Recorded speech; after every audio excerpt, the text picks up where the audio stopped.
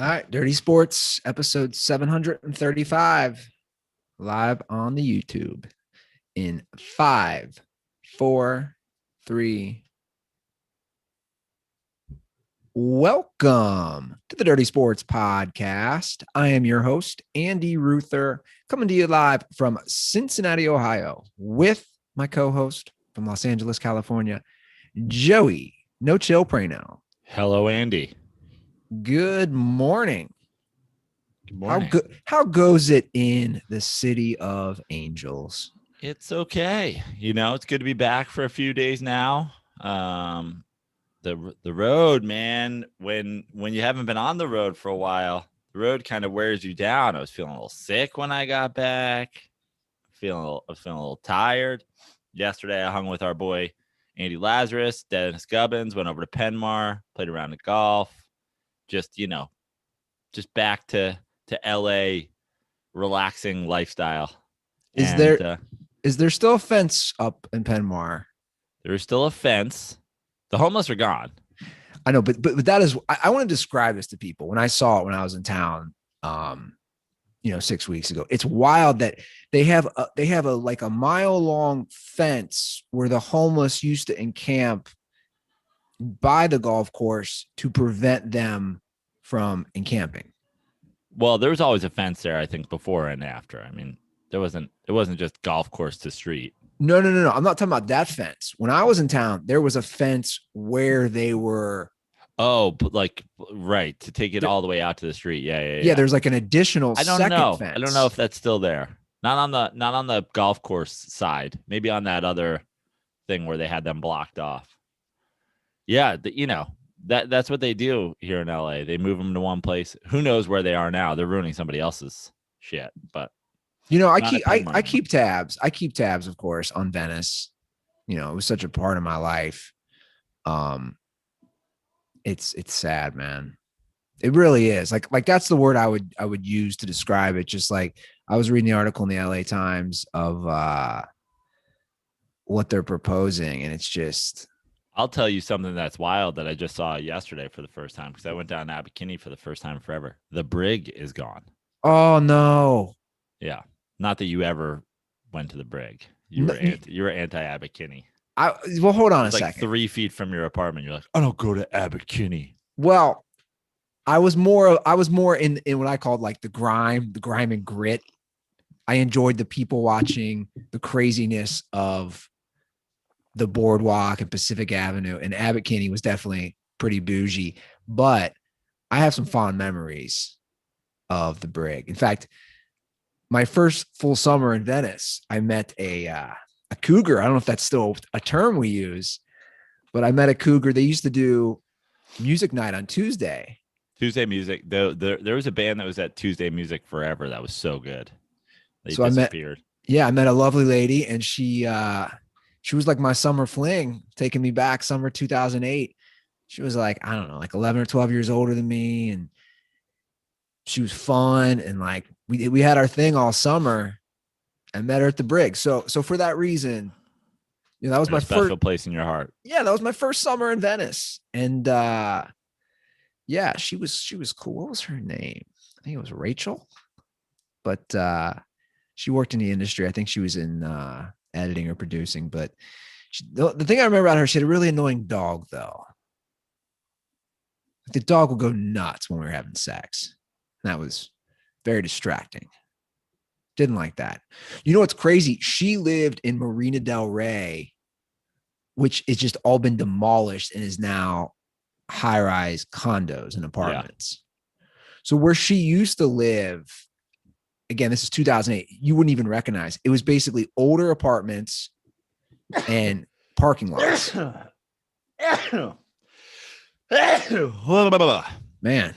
you got to start wearing a mask. Nothing to do with COVID. You just wear that mask to prevent spread of germs. Yeah. So we're back. Here we are. Yeah. I did my Costco run yesterday. That was the first time it was the first time without a mask in there. And wow. Yeah. Are they doing free samples? No, still not doing that. It's interesting how they're doing no free samples and also no the food you still have to order on a touch screen. So they're still limiting interactions, and they still got the big glass. Like I got to hold up my card to a glass thing for them to scan it. But no masks if you've been vaccinated. Okay. So here we are, man. We're moving along. I think we're like I said, we're getting there. It's a good feeling. It's a good feeling to have. Maybe I will go on a date eventually, but like I told you before the show, I got my hands full. I got to check the weather when I can cut the grass, battling a broken fridge off and on. Welcome to my life. Your dad is somewhere watching you going like, yeah, I did all that stuff and I worked and raised 5 children. Oh my God. I know. You're like, listen, I have a lawn. I know. It really puts in perspective how pathetic I am as a human being. Trust me. Actually, I no lie. I don't know if this was divine intervention from Walt today, because the fridge was fixed about a month ago and it wasn't working this morning.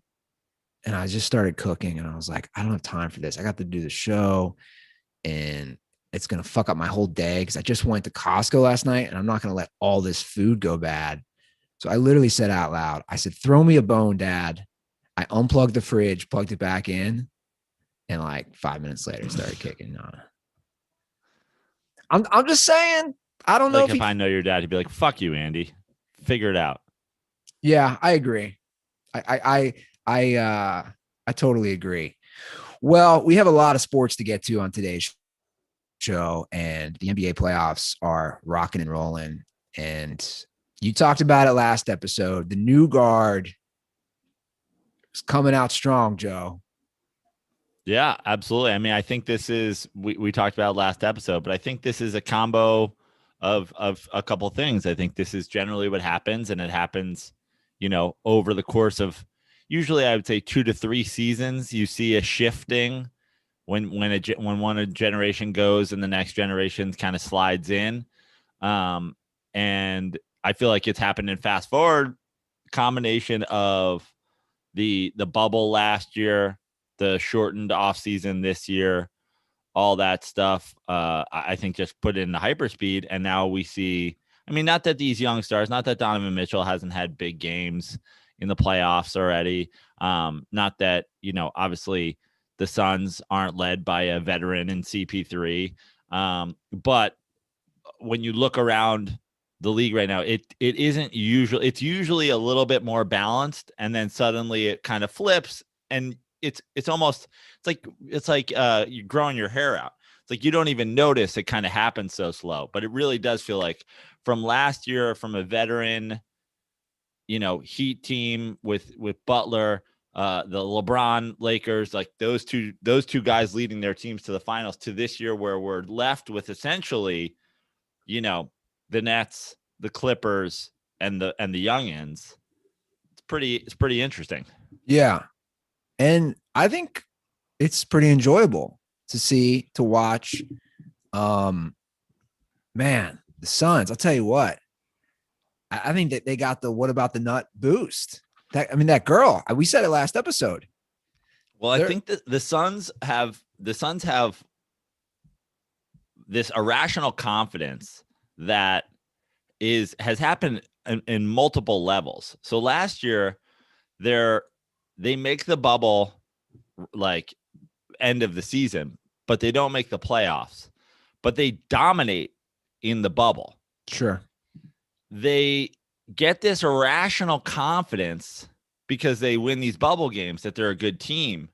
Obviously, they have young players coming into their own, whatever. But I really think that bubble at the end of last year where they, go whatever it is, whatever their record was, some absurd record, gives them this irrational confidence going into this year. Then they add CP3, which leads to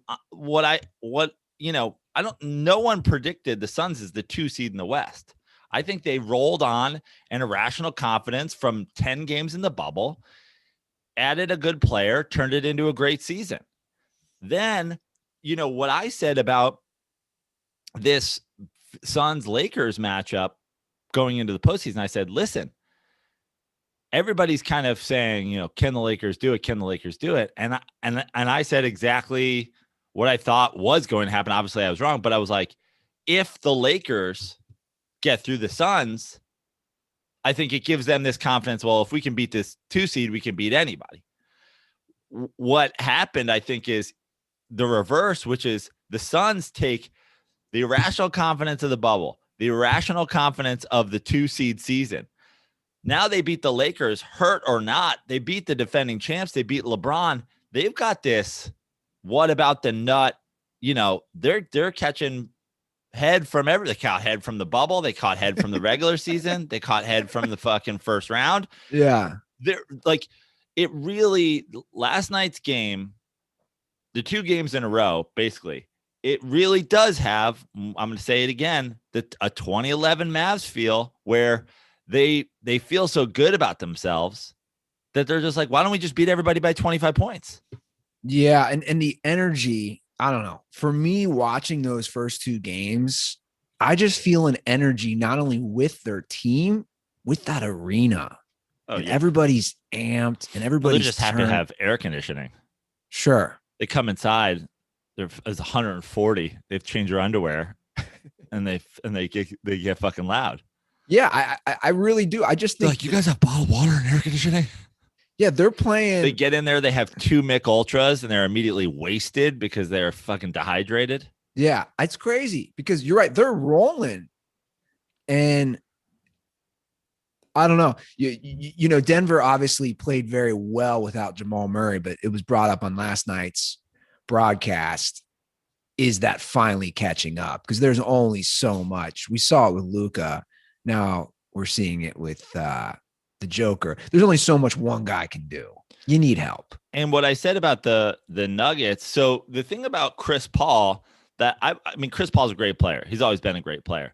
But the thing about Chris Paul, and you kind of saw it in game 1, it's not my favorite version of Chris Paul where Chris Paul goes into takeover mode. It's like you're still a 6'1" guard.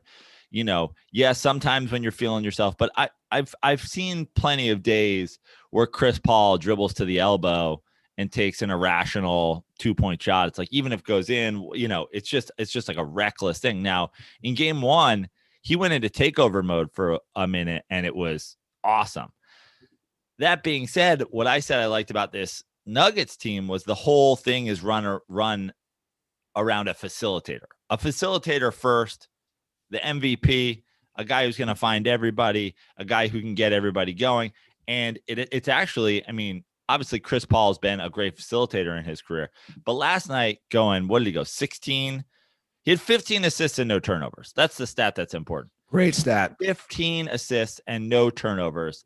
And that's precisely what I'm talking about. A team where one guy is making it his focus to get every single person involved. And when you have this 2011 Mavs irrational confidence, every single person who's catching the ball thinks I can make every shot. That's kind of the name of the game. Because in the end, everybody here is in the NBA. That's why you talk about like that Lakers team, and I go, they just have to hit their shots. And you're all in the NBA. You're supposed to hit your shots.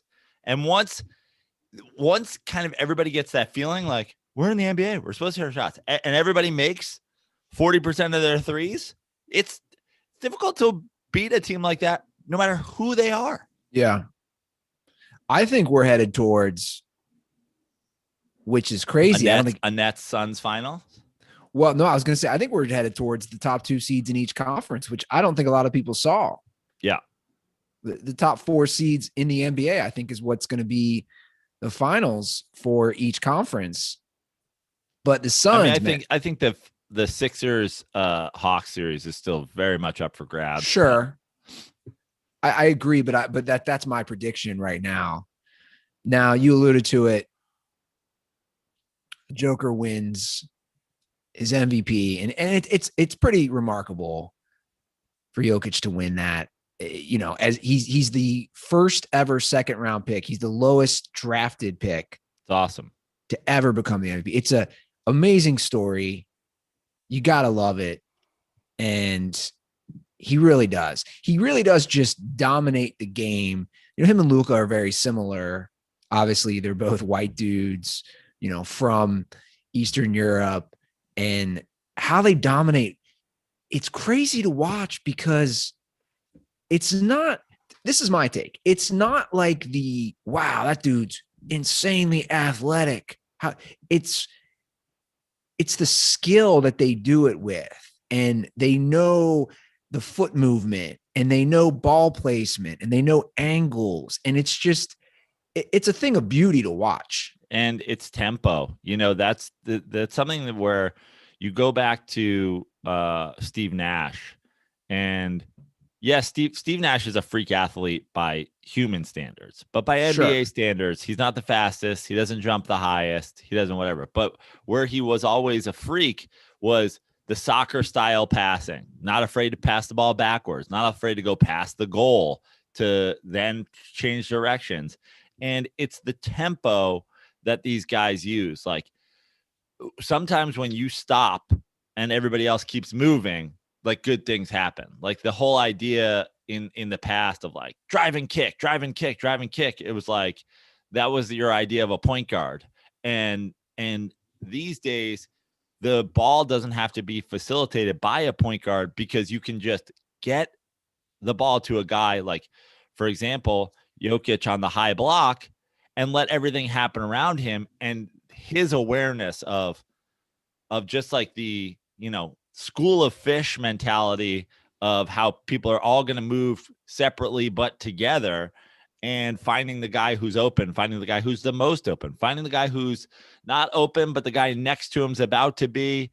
Like that's why, today's NBA to me is like worlds heads and shoulders above, the past, because the skip passes, the hockey passes, all that, like we're getting open shots for guys that were like more open than ever before. Yeah. And it's awesome. And it's so great to watch. Yeah. And the argument to kind of piggyback what you're saying is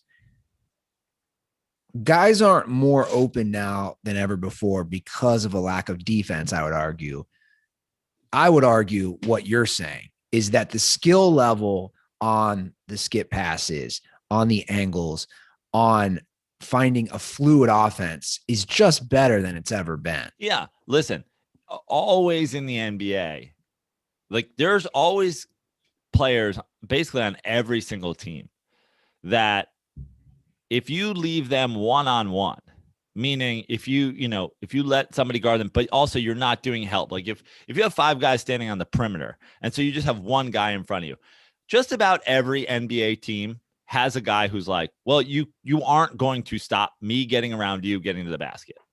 Let's pick a random, my Knicks, Julius Randle. Like Julius Randle will score on you 70% of the time if you just let him have the ball on the wing and absolutely no help. No one's stepping into his lane. No one, whatever. Every team has that. So part of defending the ball is you have to let guys creep away on the backside, which in the NBA in the past, in the Michael Jordan era, in the Kobe Bryant era, it's like those guys are just standing there on the opposite side of the floor and they're never going to get the ball. And you would see the old NBA swing it to this guy, swing it to that guy, swing it to that guy. Hope you get a shot off in time. Now these skip passes where you're throwing it from one side of the floor across the guy creeping to a guy who's basically wide open. It's just the technique and the skill and the strength that it takes to make these passes are just unbelievable. And some of these guys make it with such touch. Jokic, Luka, LeBron, like Harden. The touch on some of these passes, but like with the speed is remarkable. Yeah. I'm going to play a call about Jokic so we can weigh in on where he's at and winning the MVP. Hey, what's up, fellas? This is Jew. I want to talk about Jokic winning this MVP. Obviously, by the looks of him, he is the most unorthodox, uncommon guy you would ever look at and think that this dude is the NBA MVP, and especially in 2021 when he's surrounded by physical specimens. So with that being said, is he possibly the greatest? 7 foot tall, whatever, but he's not just some physical fucking specimen. He is true. He's just 100% skilled. So wondering what you guys think about that, just him being, I mean, he looks like he like works at like the Seattle fish place or whatever. And he's fucking the best player in the NBA. All right, later. So he cut out right before he said something about, is he the 7 foot? Did he say like the most skilled 7-footer of all time? Is that what he's asking? Or did it cut out on you? It cut out just for a second. Sorry. He's basically asking, is he the best athlete in the NBA? Which to me, that's just such an opinion question. Like, yeah, there's so many ways you can answer that. I would say that the difference between like, again, but like Russell Westbrook's probably the best athlete in the NBA. LeBron James in his prime is probably the best athlete in the NBA. I think the word athlete, I think of, if I just tomorrow said, hey, you're going to run the decathlon and then I'm going to try you at 10 different sports, who's going to hold up the best, in all of them? That's what I think of athlete. Now, the reason I assumed what he said when he cut out to me was, is he the most skilled? Because I think that's the thing. He's obviously a great athlete. You have to be a great athlete to be in the NBA. Sure. He doesn't get off the ground on his shots. He doesn't get like he takes a set shot. That's what I'm saying. Like, which begs the question that you have to ask: what is an athlete? Like, is an athlete a guy who can jump? Or you make a good point. Is an athlete a guy who can still make it work without jumping? I think it's kind of, and that's my point. I think you have to be incredibly skilled to be in the NBA. You have to be incredibly athletic to be in the NBA. But I think the greatest players in the NBA and in NBA history are combinations of great skill and great athleticism. And, that's where you get a guy like LeBron, a freak athlete, but incredibly skilled as a passer, incredibly skilled, around the hoop. Like I would say Jokic is more skilled than he is athletic. If I had to, if you were doing a balance, I'd say he's 70% skill and 30% athleticism. He's up there with one of the most skilled big men of all time. He's up there with one of the most skilled 7-footers in history.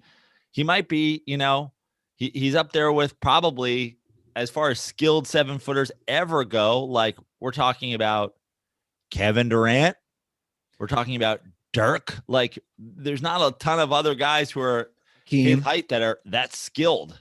Yeah, I would tend to agree with you. I would say, from my opinion, even, the caller's saying it's more athletic. Again, I think this is just opinion based, which is fine. There's no tangible measurement for this. I would agree with you and say it's skill. Like, when I think athlete, I just think like combine drills. Yeah. Like how fast you run, how high do you jump?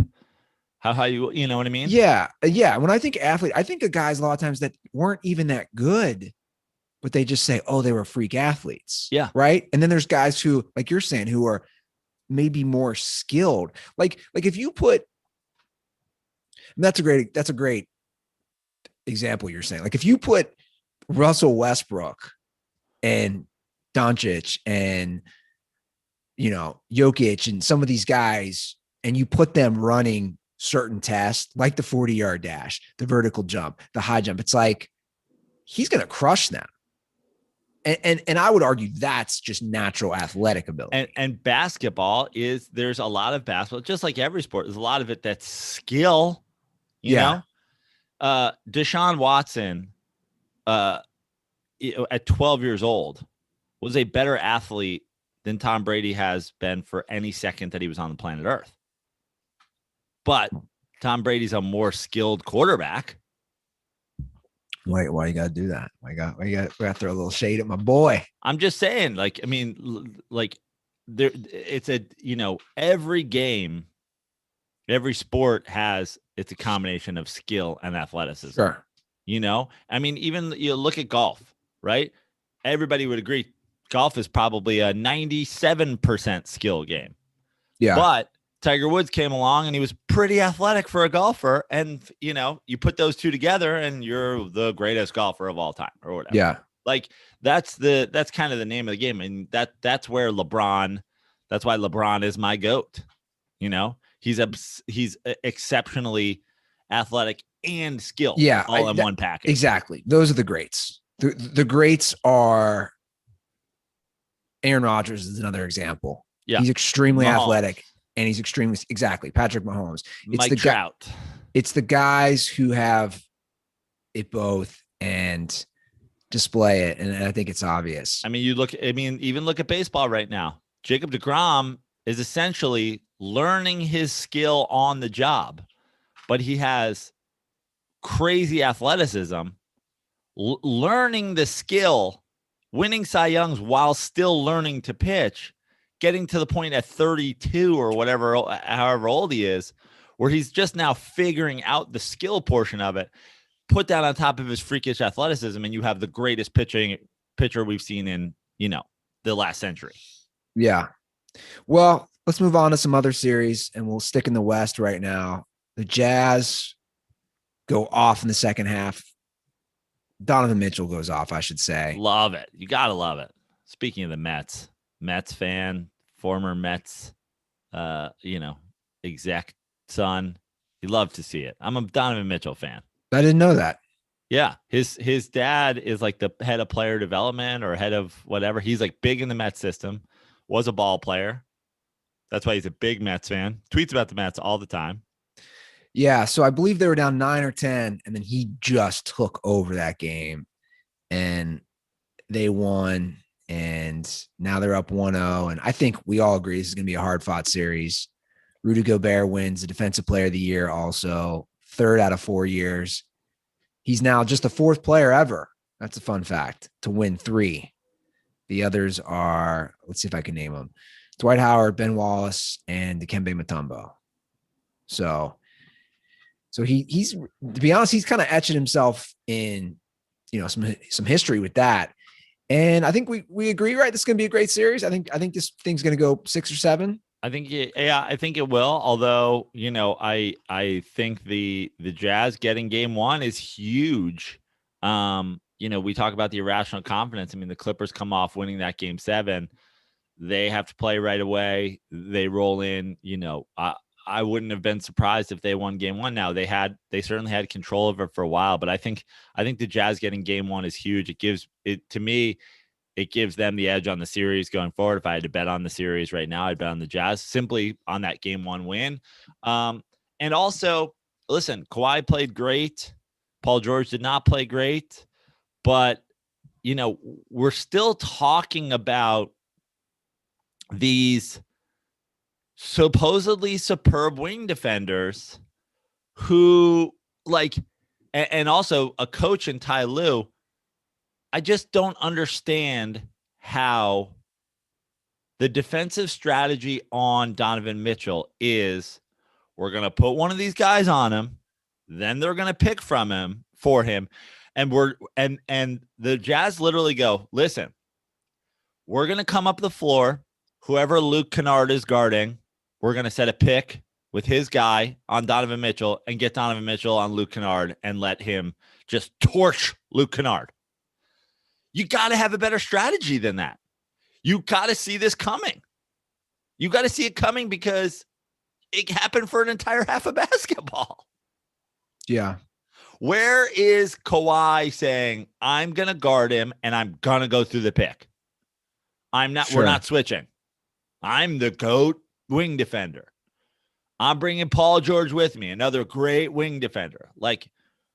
It just, to me, for the Jazz to have this strategy of we're going to come up the floor with Donovan Mitchell and whoever Luke Kennard's guarding, we're going to use him in a pick, in a pick switch.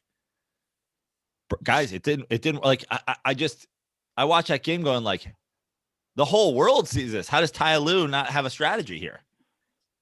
He's busy. I've said this for years. He's busy doing Ty Lue. Watch Ty Lue during the games. He's got his mouth is always open. And by the way, I'm not rooting for the Clippers, but I'm also just it's kind of sad to watch. It gives me Cavs with LeBron flashbacks where you're just like, God, you're just getting absolutely taken advantage of. Yeah. You have 2 supposedly great wing defenders and you can't get him on the one guy who's taking you apart because you start him on that guy. Like, it's just so crazy. I feel also the Dwayne Wade, when he bought a minority ownership and it wasn't announced, it was just announced in April. I feel like that really flew under the radar, or did I just miss that of the Jazz? Yeah, I mean, I think it flew because it was. I think it's a minority ownership. Yeah, but I think it flew under the radar. It's obviously I think there's a bump there. I don't know. I mean, I know it's so minor, but he's sitting courtside with Gabrielle. There was a couple moments where Donovan Mitchell did the split the double team, go to the like Dwayne Wade, the D Wade specialty move, and I was like, well, that's kind of fun that he's there and he's going with like one of his signature moves. Yeah. What's smaller? Here's a good question for you. Here's an interesting one. What is smaller, Dwayne Wade's ownership stake in the Jazz, or what's a smaller percentage, I should say, that or the percentage of African Americans living in Utah? I'm going to go with Utah. So I just looked it up. There's 2% of African American descent living in Utah. Wow. So that's insane. It is pretty insane how small that is, right? Yeah. 2%. I mean, we've both been to I've been to Utah a bunch. Yeah. It makes sense if you've been there. Yeah. It is holy white. I stand by my claim, though. Now, were you saying it's holy white or it's holy white? It's holy like white or both, I guess. Like holy white. Like, yeah. Holy shit. Holy white. I stand by my claim that Utah might be the most underappreciated from a beauty standpoint state. And I would put New Mexico up there as well. Two states that don't get, I feel like Idaho's getting more of that now, but don't get the recognition for their natural beauty that they should get. I mean, Utah, there's parts of Utah where you think when you're driving through, am I in the Grand Canyon? It looks like that. But, I agree with everything you're saying. It's fun to watch Mitchell go off, and I hate to say it, but Clipper's going to Clipper. Now, are we going to do it at all? Are we going to get in? I mean, did you see Tripple and I went back and forth? I did not. We went back and forth on Twitter. By the way, the bag of bets has now come up multiple times, and like from Tripoli, from other people sliding into my DMs. I don't know. Do you like, I know there was a Kobe thing that I stepped in and was like, we're not, for my sake, I'm not letting him do that. Do you have to like shove a hot dog up your ass or something? Like where did this get left? There's been talk of like frozen hot dog. I'm like, what? Something like that. And something like, I'm supposed to wear Sam's pubes. It's like, dude, I live in Cincinnati. You live on Mars. Like, how is this logistically going to happen? Anyway, he called me out and I was like, bro, I haven't been on your show in. Wait, he unsolicited because of last episode? No. First of all, I threw the. Is this up on Twitter? Yeah, I threw the first hand grenade because Kawhi deferred to fucking Morris for the last shot. I was like, where's that killer instinct? Just giving the ball up, game on the line, giving the ball up. And then he came at me all fucking, angry, like, the quote tweets and the whatever. Well, he deleted. I can't read any. Joe, he deleted all the tweets. I'm looking at your Twitter. He deleted all the tweets. I can't even read them. He's hilarious. So his handle is now Fat Dragon Pro. Right. At Fat Dragon Pro on Twitter. Yeah. So I guess he deleted all the, because, he does the quote tweet. So by the way, that's an interesting move when people do that. Yeah.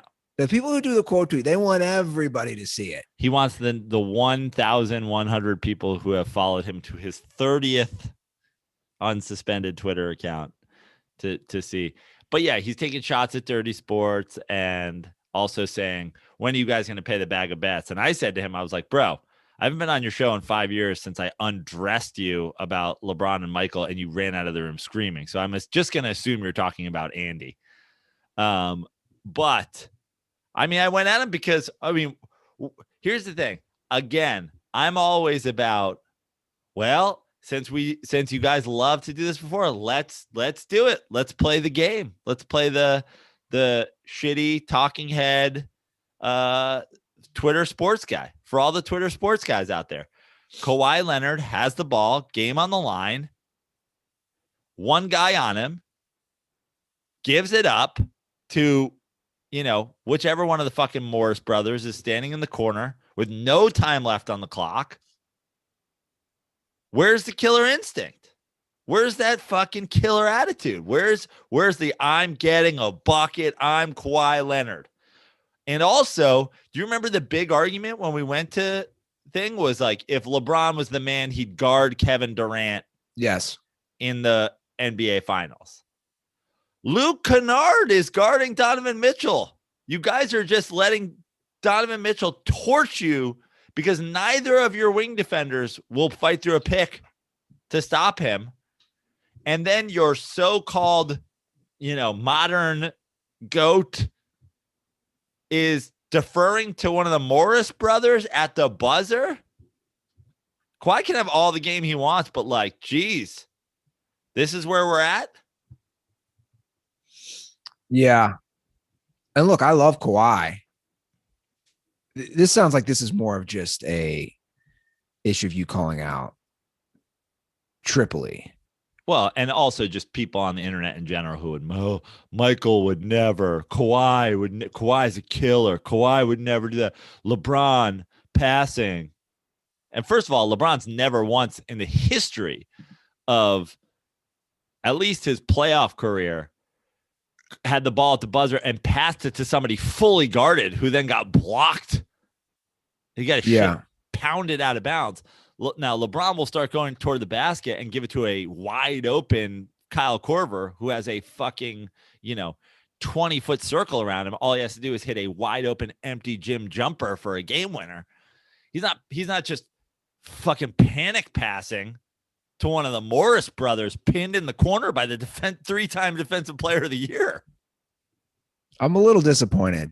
Not going to lie. He deleted these. I was hoping to read these. Oh, just angry. The first one was so angry.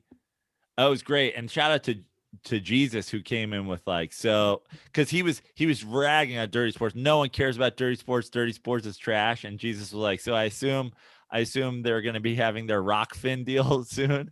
And Sam was literally like, I already offered to him, but LeBron, they quit or something like that. And it's like, wait a second. So we're trash, but you desperately want us to be in your fucking that's what I'm saying. Pyramid scheme. That's what I'm saying. Hold on. So Sam, you're talking basketball with him, if I understand. He makes it personal about the show. Right. Even though he had just talk to us about going on his platform. like the irony was that his crypto pyramid scheme where he's, I'm sure, pickpocketing podcasters for crypto money. Look, I like Sam. I don't know about all that. I told him we weren't interested, nothing personal, but let's be honest. He wasn't watching the game anyway. Yeah, that's the other thing. That's why he gets so angry. So many emojis, so much yelling. I was like, tell me you didn't watch without telling me you didn't watch. Well, on the Eastern side, the Eastern But I Conference, also did that because, somebody had just asked about it last episode. They're like, what's with the beef? I'm like, oh, you guys like the Tripoli beef? We can ignite the Tripoli beef. Just got to find his latest burner. Well, Who's had more Twitter accounts at this point, Barry McCockiner or Sam Tripoli? It's a good and point. Are they the same person? Have they ever been in the same room together? It would be so Sam for him to have a burner account that's like a super LeBron stan. He's like, I'm playing both sides.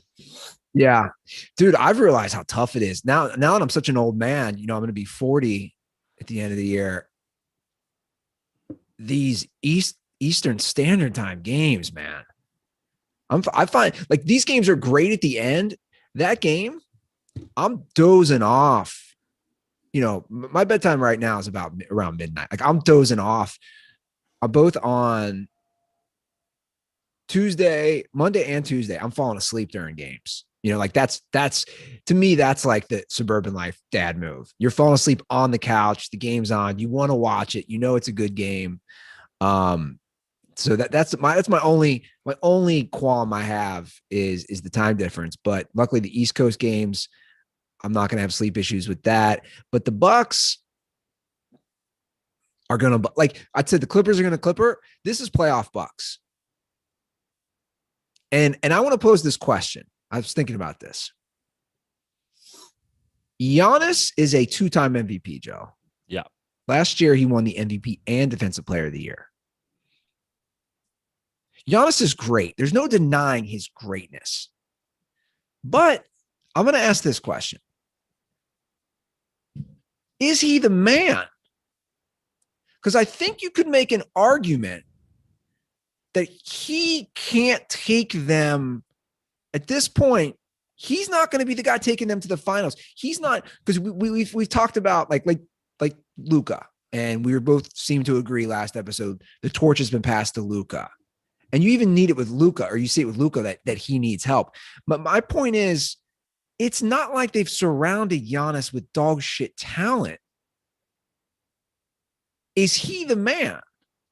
Well, I think the question of the man is, often confused with like the shot maker, the closer, the whatever. But and I think that we've seen very recently and over the last couple seasons that like he's not going to be, you can't give him the ball at the top of the key at the end of the game and be like, go get a shot. And that's fine.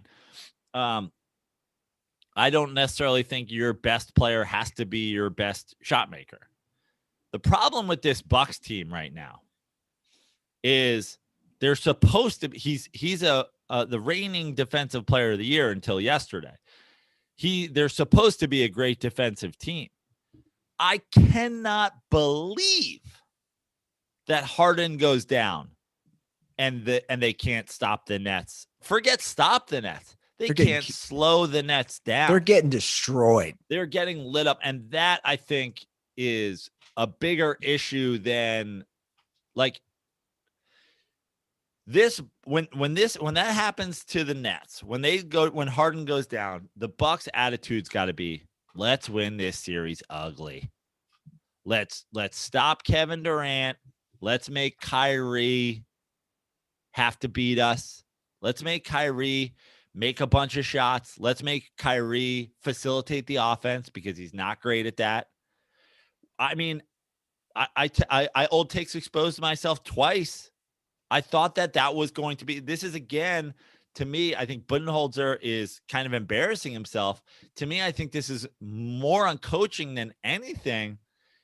How do you not strategize when Harden goes down?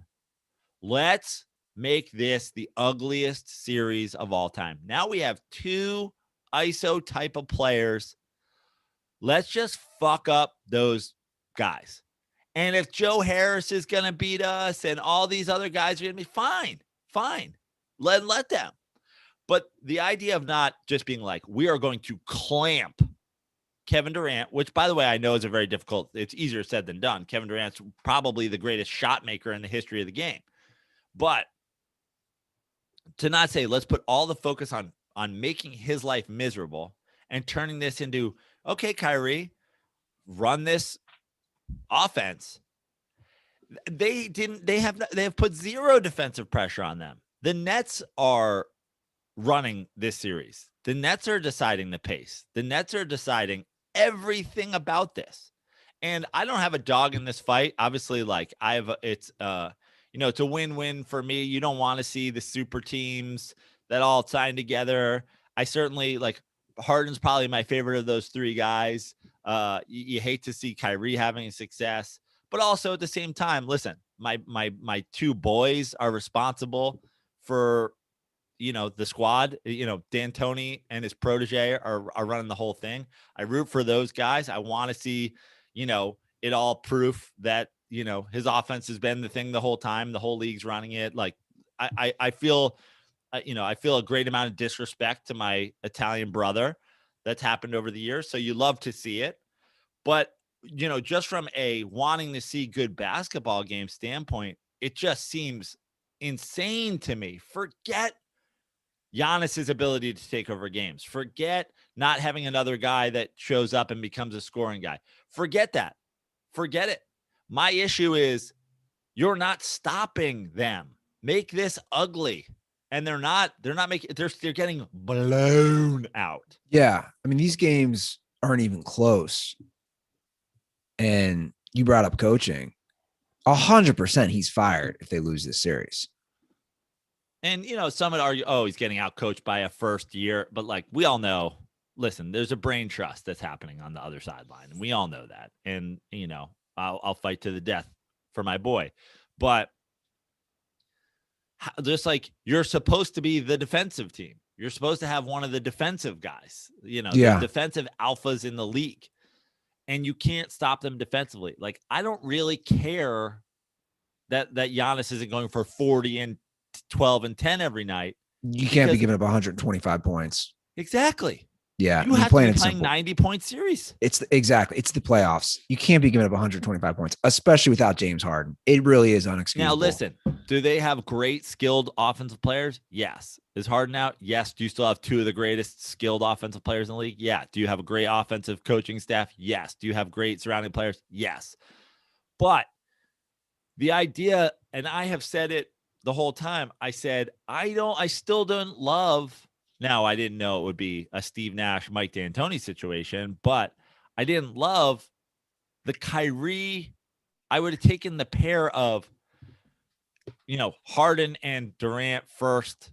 I'd have taken, maybe Harden and, Durant's got to be in the mix, but like, you don't, taking Harden out of it, it's just like, it changes their offense, and you haven't done anything you haven't made any adjustment whatsoever to go, oh, now they can't do this, so let's attack that. It's just, to me, it's a full-on coaching debacle. And I think that the Nets, like every Mike D'Antoni team ever, goes, we're not even worried about what you're doing. We're just going to score a bunch of points. I think this is a 5-game series. And you have to stop us. And so many times other teams have been like, we will stop you. Now what? Now what's the second part of your plan? Yeah. And, those D'Antoni offenses historically, he goes, no, we don't have a second part of the plan. And that could be part of, the criticism over the years. But it's like, we believe we can outscore everybody. And right now, they're proving it right. But like, again, they have incredible offensive talent. But I put this more on the Bucks, just not like, you have to be better defensively. So I think it'll go 5. I think it's going to be that quick. I think the Bucks are favorites to win tonight. I think they lose again. I think they take game 4, and then the Nets close it out at home. I just think that they are getting dominated. These games aren't close. Well, I love the Ruther curse coming into play and us getting a 7-game series out of this now. I want good basketball, but like, I got to say, I was on the Nets all year, and I get off the Nets on Harden, and I'm just like, well, you just can't, they just can't be as good without him. And they're better because the Bucks, like, bro, the Bucks are taking a dump in their pants. Worst coaching performance of the playoffs so far is a toss-up between Ty Lue and fucking Budenholzer. But this is what they do. That's my point. And I guess Tibbs. This is what they do, though. This is not new for Milwaukee. This is what they do every year in the playoffs. They take a dump. My thing is, I think a fine question, I think a fine place to be if you're this Bucks team is to get to a point where we have to answer that question about Giannis. Can he be the alpha on a championship team? And that's why I posed that question. But I would say that's not even a question we need to asking at this point, because we're not like, they're off at they're not going to score 130 points a game. Well, but look, it's a tough situation. I think that's like the next level. First, you got to fucking guard anybody, and then we'll get to the point of, is he alpha enough? Right now, that's not even in play because they're not competing. They're just getting boat raced out of games because they can't stop the Nets defensively. I think it is. Well, for me, it is in play. That's why I asked the question. It's, again, a 2-time MVP who isn't sniffing the finals. And how long are we going to do this? and what pieces does he need around him? And now that he signed that deal, he's going to be there a minute. Yeah. So they have to completely recalibrate. Okay, the Sixers, Hawks were at 1-1. Embiid has had 2 great games. Sixers obviously took control after a tough game 1 loss. And it seems that, they're just going to make Ben Simmons use his big body and play some defense, which he's great at. Yep. I mean, I think, again, this is where we talk coaching. You have to get, when the Hawks are getting the fucking God, why am I blanking? What's our dude's name? Trae Young? Trae Young. I almost said Trey Burke, and I'm like, it's not Trey Burke. Trey Burke haunts my dreams for other reasons. Trae Young, when you let him orchestrate everything, when you let the game move at his speed, when you let him be in charge of the whole tempo, that plays into what the Hawks want to do. When he's turning the ball over, basically the complete opposite of the Chris Paul game, when he's turning the ball over a lot, you want that you want that panic that comes with his casualness with the ball, him turning the ball over, him giving you easy baskets, the way he's turning the ball over on the perimeter. It comes down again. Like, I think that's where, Doc Rivers has definitely been always a good defensive coach.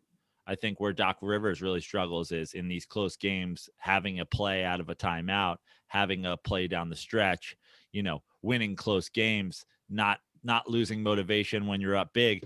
But like, that's what they need to do. And that's what this entire series comes down to, besides obviously the health of Embiid. And if Embiid can keep it, if Embiid's going to keep playing like this, being a star, being healthy, then the whole series comes down to, getting Trae Young off of his game of, I'm going to run the tempo of this entire game.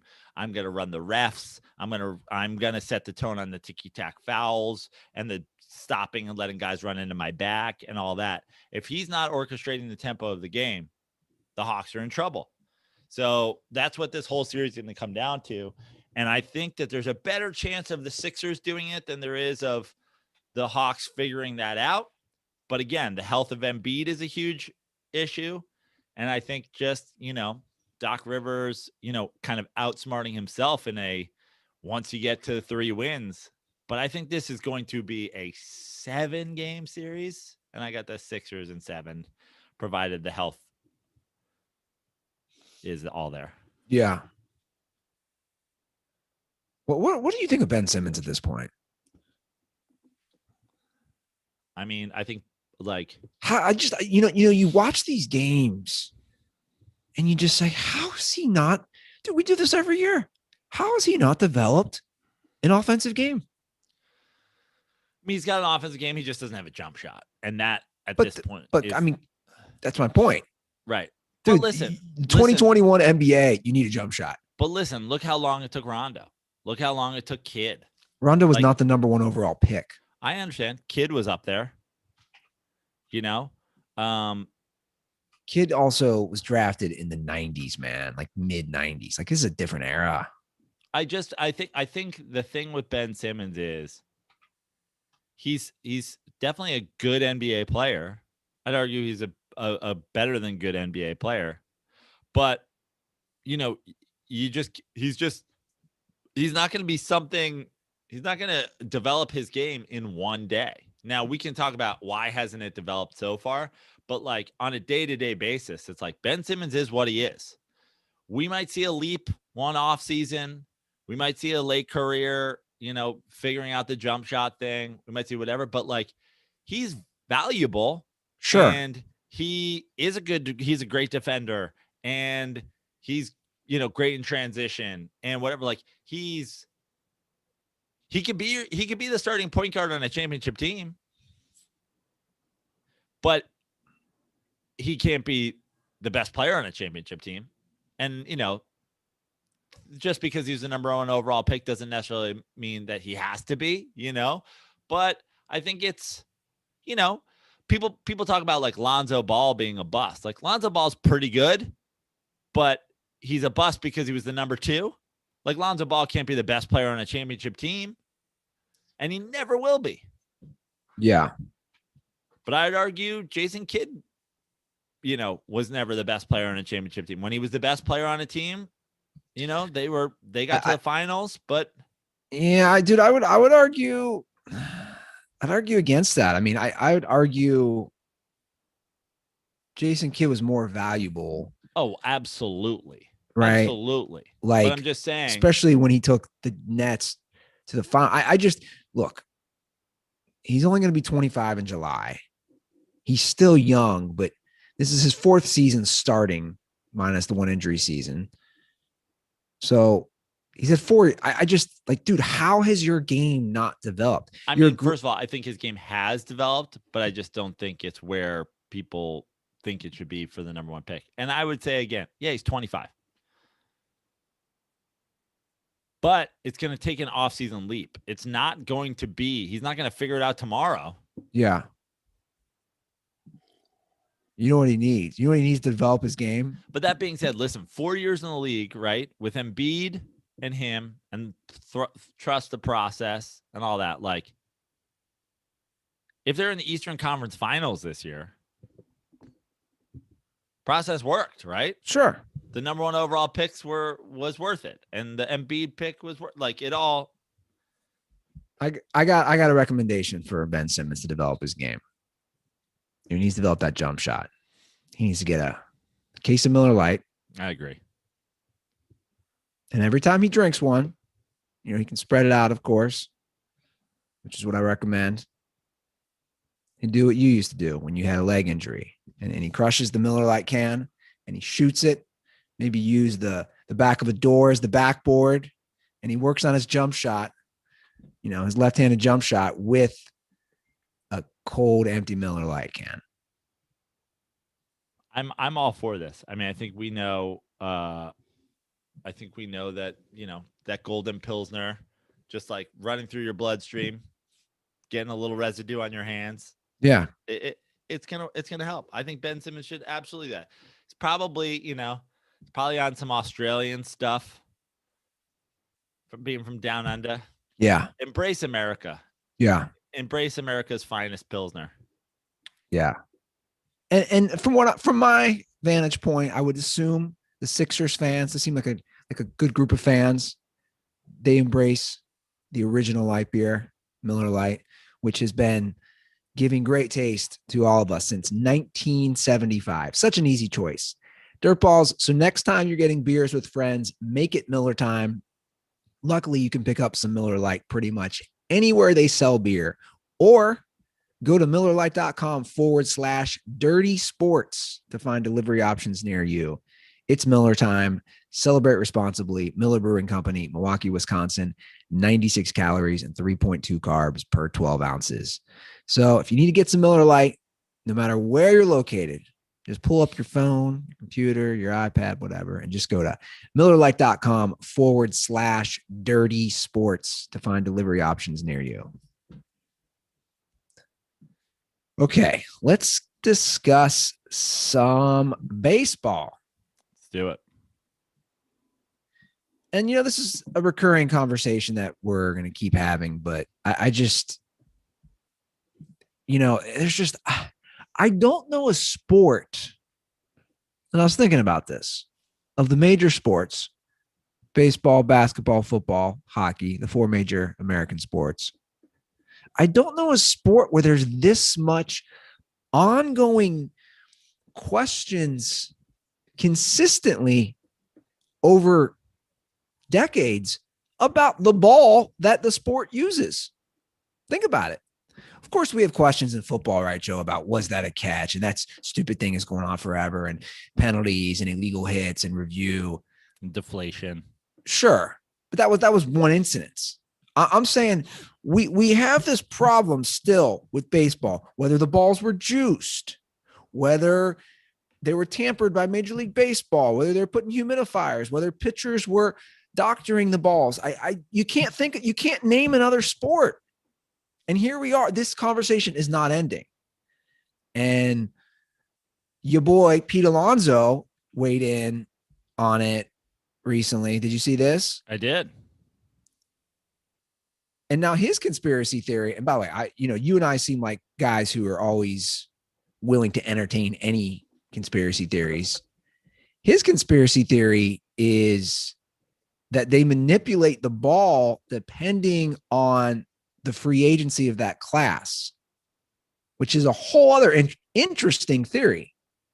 So let me just say, first of all, that I'm going to repeat some things that I said on the dirty slides that went out late last night. And so if you want a little bit more in depth, obviously we talked about this. I would say probably the first 25 minutes, half hour of the show is the ball, the Garrett Cole thing, the Pete Alonso comments, the DeGrom comments, the comments about DeGrom, et cetera, et cetera. So a little bit more in depth, just a plug there. You can get Andy Laz's and I's in-depth take on this. But what we for sure settled on, which is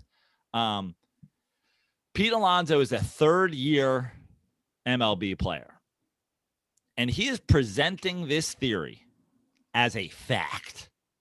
That's what he says in his quote. He is presenting this as a fact. There's something that's happening in Mets land right now, which, by the way, the golden age of the Mets is upon us. The Wilpons are gone. Cohen's in. It's the pitcher of the millennia. The guy's winning. They're winning games with the B team. Kevin Pillar's coming back and hitting 2 home runs last night after being murdered a few weeks ago. Like, there's this. Let's talk about the irrational confidence. We go back to the Suns. There's an irrational confidence with the Mets right now. And what I will say is Pete Alonso presenting this as fact, to me, says this is something apparently everybody knows, but we're not going to say it ever. But now we're in this weird irrational confidence zone of the Mets where they feel like they're the big swinging dicks and they've got DeGrom and they couldn't say anything and they've got Cohen. And so now everybody's just kind of like getting a little loose with their words, getting a little loose with their actions. The fact that he presented this as a fact to me says, like, the third-year big leaguer that is Pete Alonso didn't construct this.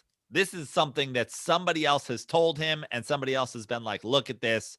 This is the way it is. Here's the deal. So I'm 100% bought into this theory.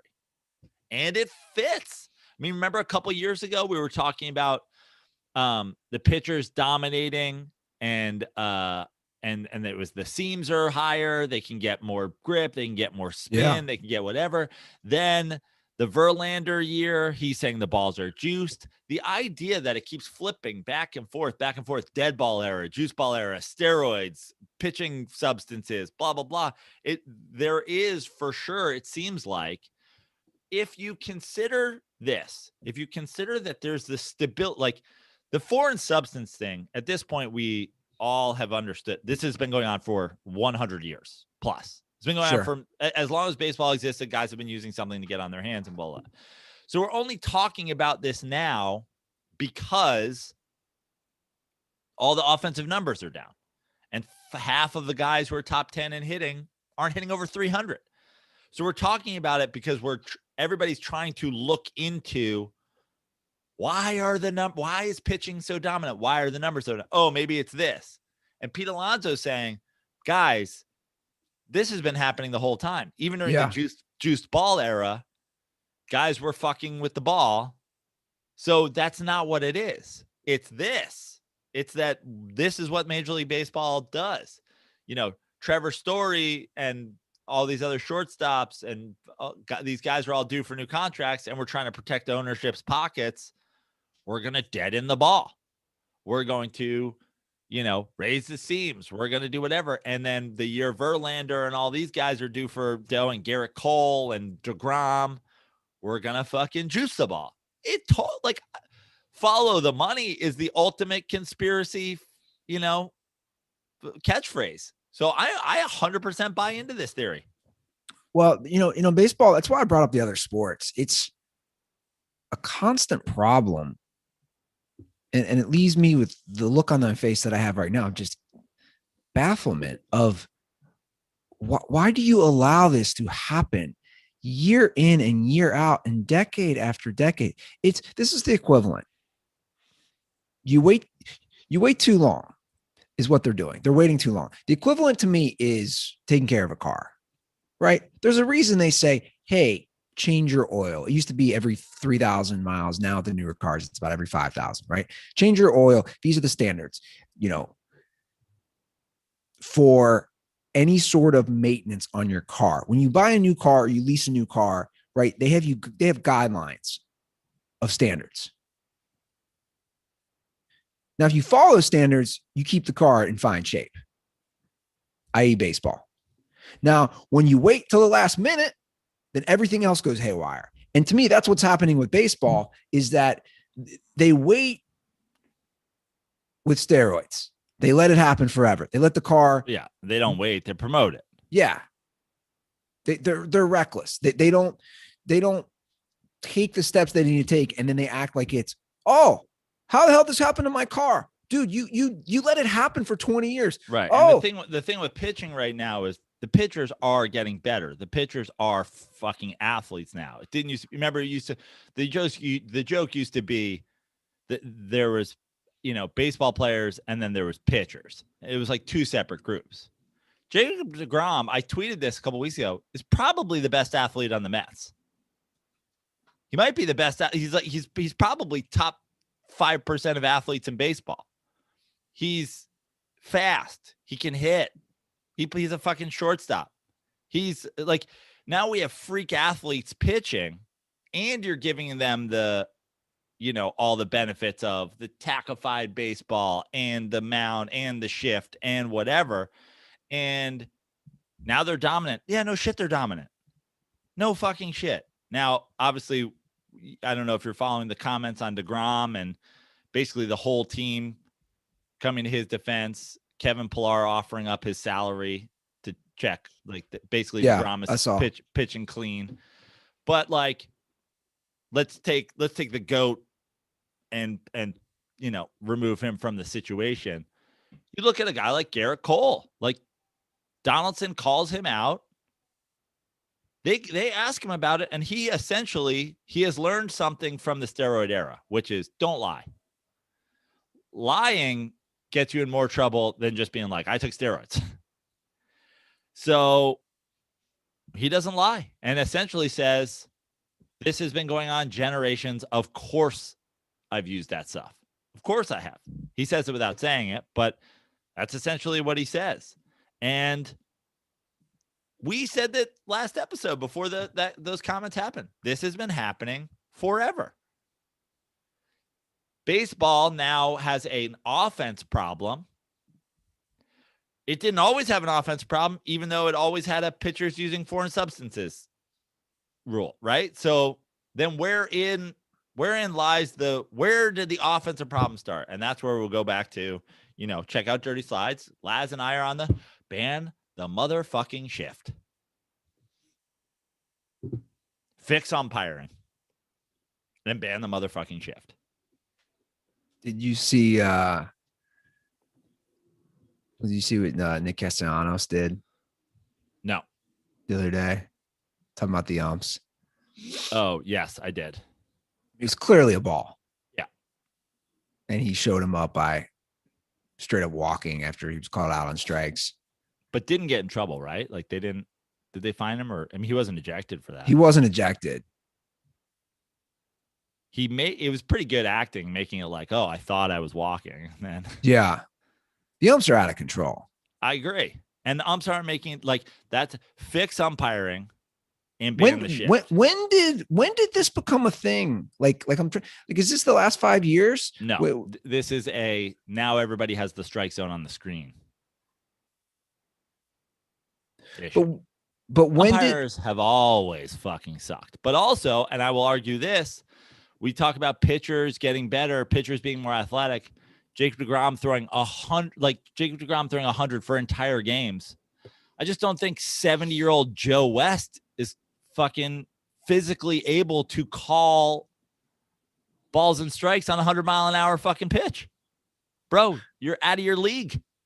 But I think you could name right now, if I asked you, you could probably name, and to me, this is a problem. If I asked you, Joe, name 5 Major League Baseball umps, name me 5 NFL refs, and name me 5 NBA refs. Yeah. Which one are, umps are the only ones I could fucking do. that's my point. Yeah. You're naming Major League Baseball umps, and so am I. I could name you a couple. I can name you a couple umps refs in the other sports. That's about it.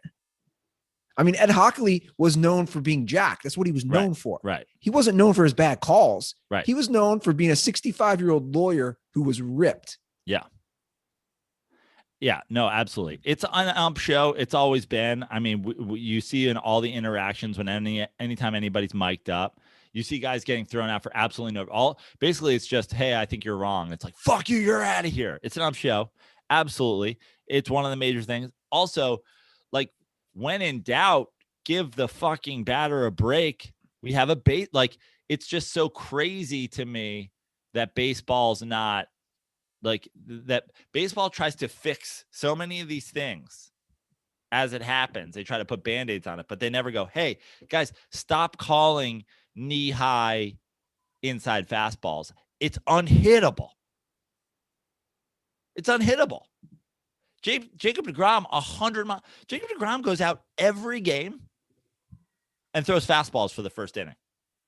The idea that Major League Baseball players, the top 3 guys in a Major League Baseball lineup, like the Padres, go, we have a first inning where he's just going to throw fastballs and they can't get fucking hits is insanity. Yeah. Jacob deGrom's like, bro, you don't need a garbage can. It's a fastball, guy. Here's another one, guy. How would you like a third fastball? There's 4. There's 5. I'm just going to throw fastballs. He should wear a fucking sign that says, first 2 innings are just fastballs. Hit it. And they can't hit it because he's throwing 100. He's painting the black. Umpires are giving him calls. It's insane. It's impossible to hit these days with the shift, with shitty umpiring, with fucking dip and jack, launch angle, bloop and a bomb. Now, I love great pitching, so I don't give a fuck. But at the same time, don't worry about don't worry about maple syrup on somebody's hat. Worry about the fact that you're letting, 4 inches off the inside lower part of the plate be a strike. And the fact that, God forbid, you hit it. They've got 3 guys on that side of the infield. Sure. Be the issue we're talking about. Ban the robot umps, ban the shift, leave the baseball the same for a fucking while. Let's go. And then put whatever you want on put fucking Tiger Bomb on your ball. I don't care. Yeah. I want to vocally announce, though, and I'm sure I'm going to jinx him, that don't do anything to DeGrom. Don't. No, it has nothing to do with Grom. Okay, thank God. It's my team. I just want to say right now, and this guy, talk about not getting love. He's not getting enough love. Right now, the National League MVP is Jesse Winker. Right now, the National League MVP is Jacob deGrom. Bro. He's having a once-in-a-millennium pitching performance. What are you talking about? Winker, baby. Second in average, second in home runs, third in hits. Come on. Hold on. I just want to pull it up because I just want to see where we're at. Jesse Winker has a 2.1 WAR playing all games, 17 home runs, 346 batting average. Jacob deGrom has a 3.3 WAR in 9 starts. I love it. Good for Winker. And if he wasn't going against the fucking greatest pitching performance since Bob Gibson was throwing a sock ball at people. Jesse Winker, baby, which I will triple down on saying best gay porn name ever. Jesse Winker. That's a great gay porn star name. Jesse Winker. Oh man, you see Winker? He was really a great power bottom in that movie. How about my Reds? They have the top 2 guys in Major League Baseball on average, and they're a game below 500. Yeah. It's unbelievable. Welcome to the life of a Cincinnati Reds fan. I am sort of circling, Andy. I'm sort of it's I'm helicoptering. It's a lot of moving parts here. A lot of things need to come together.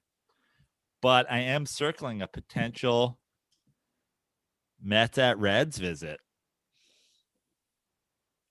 I don't think the last time I went to Mets Reds in Cincinnati might have been the night that I had relations with a woman relations with a woman who was then deemed the Terminator from my friend Chad Cutter. Hilarious. Classic dirty sports story. Okay. Dirtballs, I want to hear from you. And we have a hotline, 310-359-8365. Give us a ring. We're going to get to some calls. We're going to start off with an old school dirtball. You and I have both met. Fat Jason Kidd. Met him. I named him. How did you name him? He looks nothing like Jason Kidd. Nothing. I disagree. Nothing. It looks like a fat Jason Kidd. Not. It's really just the dark skin, light eyes. No, you just named a biracial. Basically, it's just a biracial. I don't even know if he's biracial. He's biracial. I haven't asked him. He's yeah. biracial. He looks biracial. Okay. Fat Jason Kidd, DM me. Are you biracial? It's fine either way. I don't care. I don't care. My name was not based on race. My name was based on dark skin, light eyes. Fat Jason Kidd. When I turned around and I saw these eyes beaming at me in San Francisco. So, well, I will never forget those eyes. Look at Fat Jason Kidd staring me down. And then I saw his t-shirt and I said, oh, it's a dirtball. He's a dirtball. And your brother was concerned. That was the best part. Okay. Fat Jason Kidd gives us a call, which is not sports related, but I will say is a hilarious call, in my opinion. And I'm assuming he was under some sort of influence. I'm hoping it was cannabis because this is such an out there call. Only would someone being stoned present such a question. Hey, Joe and Andy, it's Fat Jason Kidd here, calling from Iowa, and I have the question, what condiment would you most like to be submerged in a dunk tank style, like, submersion into? For me, I think it would be ranch because it seems like it'd be the least sticky. And I kind of take that into effect of just like getting out of my hair and stuff like that. But if we're just talking about pure flavor, I think sweet and sour would be pretty good. Thanks. All right. So we're in a dunk tank, but it's not water. It's some sort of condiment. Right. What do we want to be submerged in? Great question, Fat Jason Kidd. I'm going through a list of condiments here because I have a couple of questions. I'm going to give one answer and then I'll give another answer, kind of depending. They're all going to be sticky for the record. I don't know why he thought like, oh, soy sauce. I do love me some soy sauce. I love me some heavy sodium soy sauce. Soy sauce. I couldn't do.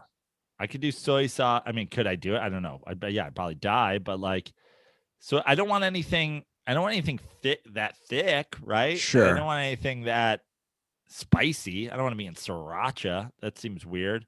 So I'm gonna go with like soy sauce, or like he said, like a sweet and sour. Although like a sticky, like a Polynesian sauce from Chick-fil-A. But then my other question, I guess, is this.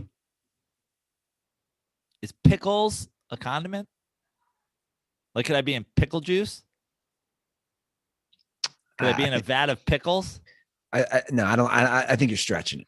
Okay. My answers are soy sauce, Polynesian sauce from Chick-fil-A, and pickles if they qualify. Would Tabasco sauce be too hot? Yeah, Tabasco sauce would fuck you up, dog. If you closed your eyes when you were submerged? I feel like it would. Really? I don't know. I guess we could try it. Because like I don't think Tabasco. I think there's just so many hot sauces out there now. Like to me, it's like Tabasco isn't that hot. You know what sauce I tried? Worcestershire. Could also get in some Worcestershire sauce. What about A1 steak sauce? Yeah, thick, almost like that was. But that's not that. That's not that thick. No, but it's not as thin as Worcestershire. I'm gonna go with Worcestershire over A1. You know what condiment? I do love A1 though. You know what condiment Trader Joe's has now? It's called Pickles. What? Pickles? No, it's called Trader Joe's Magnificent Sauce. Okay. Like they don't even tell you what it is. It's basically Thousand Island. yeah. It's basically Everybody just takes Thousand Island as like secret sauce. it's basically what you're putting on In-N-Out or a You Big put Mac. ketchup and mayonnaise together. But see, the marketing is brilliant Yeah. because I've bought it now twice. I'm like, oh yeah, I'm eating a burger. Oh, I'm eating fries. Got to put the magnificent sauce on it. I agree with your take on the thickness. You don't want a mayonnaise. You don't want. I don't think you could survive a mayonnaise. Could you survive in ketchup or mustard? I don't know. I mean, I'm not even picking those in relation to like a soy sauce, Worcestershire, Polynesian sauce. So I'd probably take the A1 sauce, the A1 steak sauce. okay. Now, would you rather be dunked in ranch or blue cheese? Blue cheese. Yes, forget. Blue cheese for life. Would you rather be dunked in boneless or bone-in Yeah, wings? come on. Suddenly, boneless is looking real good, people. Yeah, really is here. Okay, let's get an update from a Packers fan. Let's see what's going on in their head right now with the current situation. Hey, Joe and Andy, Steven, #1 DirtBaller calling from South Bend, Indiana. I just want to say I'm a Packers fan, been one my whole entire life, and this whole Aaron Rodgers situation, it kind of makes me nervous. It's like, I love him as a quarterback. I don't want to lose him, but it just makes it seem like if he's doing this now and he has problems a little bit, what's saying he's not going to do this again next year or 3-4 years down the line once things don't go his way anymore. Just kind of curious to see what you guys think about that. What would you guys think, or your guys' take be on it if this were quarterback for your team? What would you feel he should do, or what would you want him to do? Thanks. Stay dirty. I have a theory on this real quick. Okay. I hate to say it, and you're probably not going to like it or agree. Is Aaron Rodgers kind of turning into the Brett Favre situation all over again? Where like we go in, there's so much ambiguity on is he playing? Where's he going? Well, I don't disagree with you there, but I also think that this is this is a problem the Packers have caused for themselves by letting this happen for the Brett Favre years and Aaron Rodgers being a part of that. And Aaron Rodgers being like, oh, you guys didn't give a fuck when it was me. So why do I got to suddenly start caring about Jordan Love's feelings? I got to start caring about, like, I was here ready to play and you guys let the team be held hostage. So like, in a way, I would say that they manifested this situation for themselves. So I do agree with you in that sense. But I think to answer his question is like, we're not the public, question marks or statements that have come from Aaron Rodgers and the Packers is very small. We still, we can guess and we can use our brains to be like, oh, this is what he's upset about. But we haven't heard directly from either the team or him, like, what is the holdup? What is the issue? Well, did you see what Greg Jennings said? No. He's claiming it's just the GM. He just hates the GM. He's on record, Greg Jennings, saying, like, I talked to Aaron. We're boys. It's just the GM. He just wants the GM out. Correct. According to Greg Jennings. And that's obviously because the GM didn't give him the things that he wanted. He drafted a quarterback. He didn't. He refuses to draft a weapon for him. And listen, it's the player empowerment era. But I will say this is like, I'm sorry on that. I gotta stand corrected. James Jones. Okay. Not Greg Jennings. Greg Jennings. Yeah. I always want to go there because yeah. Put the team on his back though. So according to James Jones, real quick before you say your piece. Okay. He said this week on the Herd with Colin Cowherd, and I quote, I've talked to Aaron. He told me it's not about the GM. He's willing to go in there and make this thing right. Oh, so I'm 100% wrong. Wait, what? Yeah. Sorry. Okay. I literally just said everything wrong. I thought I read it. So we go back. So yeah, you got the player wrong and the statement wrong. Jesus, I'll just tap out right now. So we go back to the question of like, what's the real holdup here? Now we can use our brains and say like they didn't give him a weapon. They haven't drafted him a first round offensive player. The only first round offensive player they've drafted since he's been there is a quarterback that's possibly going to be his replacement. Blah blah blah. The issue is, unfortunately, so many of these guys are judged on their legacy of Super Bowls and blah, blah, blah. And, he's been in 2 NFC championship games. He's the reigning MVP. I have a feeling Aaron Rodgers is just saying, we also are not going to be champions again next year. And it's because you guys haven't done a good job. I'm here winning MVPs. You're not surrounding me with the talent I need. And how dare you go out and get another fucking quarterback? And I want more say in what's happening because I am more responsible for this team's success than any single other one person here. And that's that. And like, listen, is it how you want your quarterback to act? No. But is it understandable how he's acting? Yes. So it's tough. It's tough. I would say that the Packers' best chance of winning a Super Bowl in the next 10 years is to make Aaron Rodgers happy and give him the players he wants. Do you think they have a better or worse chance of winning a Super Bowl in 10 years by saying, fuck it, let's get what we can get for Aaron Rodgers and build around Jordan Love? I think their best chance is right now with Aaron Rodgers. The question is, can this situation be fixed? Right? Yeah. Because sometimes you got a guy, I don't care the job you have. You got a guy going in who's unhappy where he works.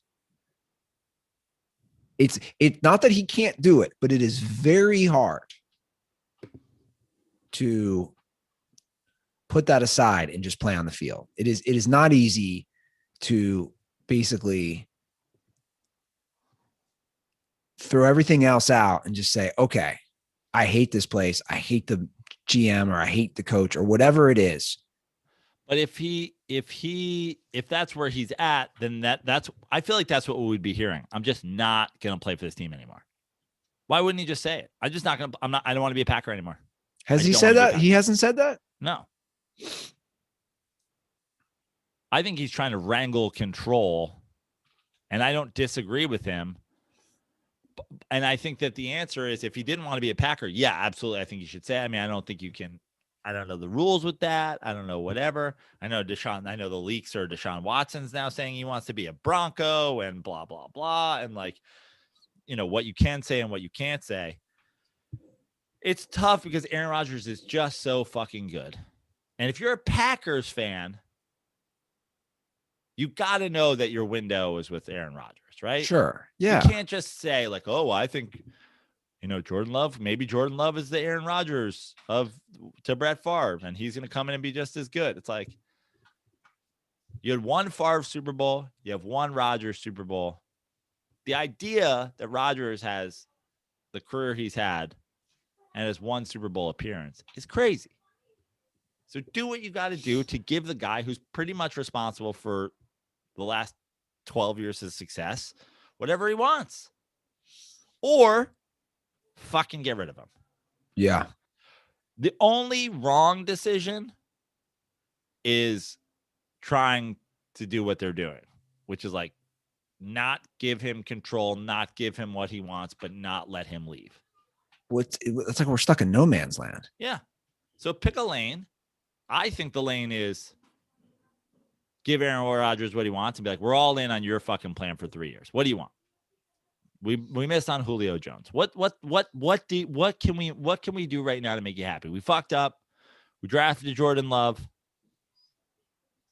We fucked up. We didn't give you any first round offensive players. Let's give you 2 years, 3 years. What do you want? Or, hey, we're the Packers. We're bigger than any single man. Go to the fucking Broncos. Peace. I think there's just too many egos. This is what this reeks for me. just a guess. You got too many egos involved, and people don't want to budge and they don't want to compromise. And what's the end goal? Because the end goal should be winning a Super Bowl.